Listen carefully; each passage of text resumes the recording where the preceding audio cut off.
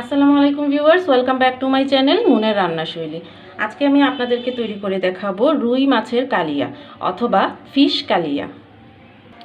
একটা সময় এই ফিশ কালিয়াটা খুবই জনপ্রিয় ছিল, কিন্তু বর্তমানে মানুষ এতটাই স্বাস্থ্য সচেতন, ফিশ কালিয়াতে প্রচুর মশলার ব্যবহার করা হয় বলে এই কালিয়াটা বর্তমানে রান্নার প্রচলনটা একটু কমে গিয়েছে। কিন্তু মাঝে মাঝে দেখা যায় স্বাদের একটু বদল আনতে এই ধরনের মশলাযুক্ত খাবার খেতে খুব ইচ্ছে করে। তাই আজকে আমি আপনাদেরকে এই কালিয়াটা তৈরি করে দেখাচ্ছি। আশা করছি আপনাদের ভালো লাগবে। ফিশ কালিয়া তৈরি করতে আমি এখানে রুই মাছের 4টা পিস নিয়েছি। আপনারা আপনাদের পছন্দ মতো যে কোনো মাছ দিয়েও এটা করতে পারেন। আমার আরও লাগবে হাফ কাপ পরিমাণ টক দই। এই টক দইটা আমি ঘরে তৈরি করে নিয়েছি। আরও লাগবে হাফ চামচ হলুদ গুঁড়ি, 1 চা চামচ করে ধনিয়া গুঁড়ি, মরিচের গুঁড়ি, আর লাগবে জিরা গুঁড়ি।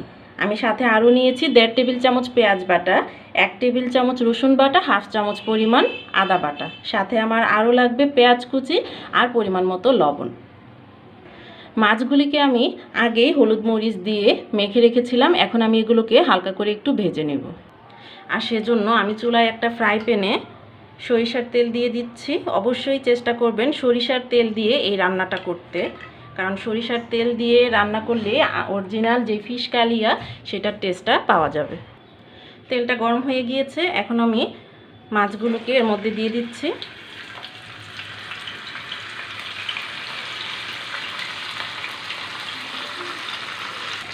মাছগুলোকে খুব কড়া করে ভাজা যাবে না, হালকা করে এপাশ ওপাশ দুইটা পাশে ভেজে নিতে হবে। আমি এখন মাছগুলোকে একটু উল্টে দিচ্ছি।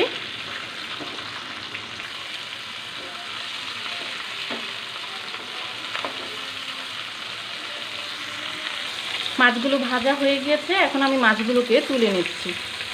মাছগুলোকে তুলে নেওয়ার পর সেই একই তেলে আমি দিয়ে দিব পেঁয়াজ কুচি,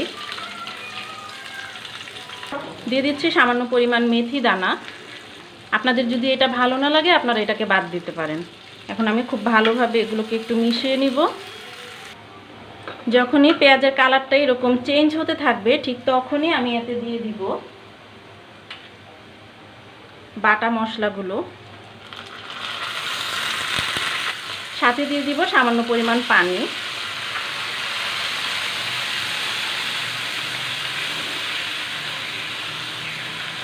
দিয়ে আমি একটু নেড়ে মিশিয়ে নিচ্ছি। এখন আমি এর মধ্যে দিয়ে দিব গুঁড়া মশলাগুলো। আমি এখানে জিরা গুঁড়ি ছাড়া বাকি সবগুলো দিয়ে দিচ্ছি। দিয়ে সবগুলি মশলা খুব ভালোভাবে একটু মিশিয়ে কষিয়ে নিতে হবে। ঠিক এই পর্যায়ে এসে আমি এর মধ্যে অ্যাড করে দিব টক দই। দিয়ে আবারও আমি খুব ভালোভাবে মিশিয়ে নিব। এখন আমি দিয়ে দিচ্ছি 2 চামচ টমেটো কেচাপ। আপনারা টমেটো কেচাপ দিতে না চাইলে যদি আপনাদের কাছে কাঁচা টমেটো থাকে সেই টমেটোটা ব্লেন্ড করে, একটা বড় সাইজের টমেটো ব্লেন্ড করেও দিতে পারেন, এতে করে কালারটা খুব সুন্দর আসবে। আমি আবারও কিছু পরিমাণ পানি অ্যাড করে দিচ্ছি, দিয়ে মশলাটাকে আবারও খুব ভালোভাবে কষিয়ে নিচ্ছি। কারণ মশলাটা যত বেশি পরিমাণ কষানো হবে এই কালিয়ার টেস্টটা কিন্তু ততটাই ভালো আসবে। আমি সাথে আরও দিয়ে দিচ্ছি 1 চামচ পরিমাণ গরম মশলার গুঁড়ি। আপনারা চাইলে মৌরি অথবা আজওয়াইন মশলাটার গুঁড়িও ব্যবহার করতে পারেন, অথবা যে কোনো গরম মশলার গুঁড়ি সামান্য পরিমাণে ব্যবহার করতে পারেন। তো যেই সময় পানিটা ঠিক এরকম ফুটতে শুরু করবে তখনই আমি দিয়ে দিব যে মাছগুলো আমি ভেজে রেখেছিলাম সেই মাছগুলি।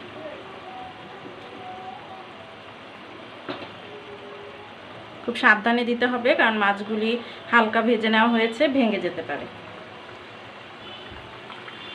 দিয়ে দিব সামান্য পরিমাণে লবণ। যেহেতু আমি মাছগুলো ভাজার সময় লবণ ব্যবহার করেছি তাই এই পর্যায়ে লবণটা একটু বুঝেই দিতে হবে। দিয়ে মাছগুলিকে একটু উল্টে দিতে হবে যেন মশলাটা ঠিকভাবে সবগুলো মাছের মধ্যে ঢোকে। এখন আমি দিয়ে দিব 1 চামচ পরিমাণ জিরা গুঁড়ি, যেটা আমি পরে দিব বলেছিলাম। এখন দিয়ে আমি আবারও একটু সবগুলোকে মিশিয়ে নিয়ে এখন এটাকে ঢাকনা দিয়ে ঢেকে দিব। জিরা গুঁড়িটা সবসময় তরকারিটা হয়ে যাওয়ার 5 থেকে 10 মিনিট আগে দেওয়ার চেষ্টা করবেন, এতে করে কালিয়াতে বা যে কোনো মাছের তরকারিতে খুব সুন্দর একটা স্মেল আসে। এখন আমি ঢেকে দিয়ে ঠিক 5 মিনিট পর্যন্ত অপেক্ষা করব মিডিয়াম আঁচে। ফিরে এলাম ঠিক 5 মিনিট পর। দেখতেই পাচ্ছেন তেলটা একদম উপরে উঠে এসেছে। তো এই পর্যায়ে আমি চুলাটাকে বন্ধ করে দিব। এবং এই কালিয়াতে কিন্তু খুব বেশি ঝোল হয় না, এটা অবশ্যই খেয়াল রাখতে হবে। এটা কিন্তু একটু মাখা মাখা ভুনা টাইপ হয়। তো আমার ফিশ কালিয়াটা কিন্তু একদম রেডি হয়ে গিয়েছে, কারণ ঝোলটাও একদম কমে গিয়েছে এবং খুব ঘন হয়ে গিয়েছে এবং গ্রেভিটাও কিন্তু খুব সুন্দর হয়েছে আর পুরোটা তেল উপরে উঠে এসেছে। তো এই পর্যায়ে আমি এটাকে নামিয়ে সার্ভ করে নিচ্ছি। সো ভিউয়ার্স, তৈরি হয়ে গেল আমার সুস্বাদু এবং টেস্টি স্পাইসি রুই মাছের ফিশ কালিয়া। আশা করছি আমার পুরো রেসিপিটি আপনাদের ভালো লেগেছে, আর ভালো লাগলে অবশ্যই লাইক, কমেন্ট এবং শেয়ার করে আমার চ্যানেলটিকে সাবস্ক্রাইব করতে ভুলবেন না।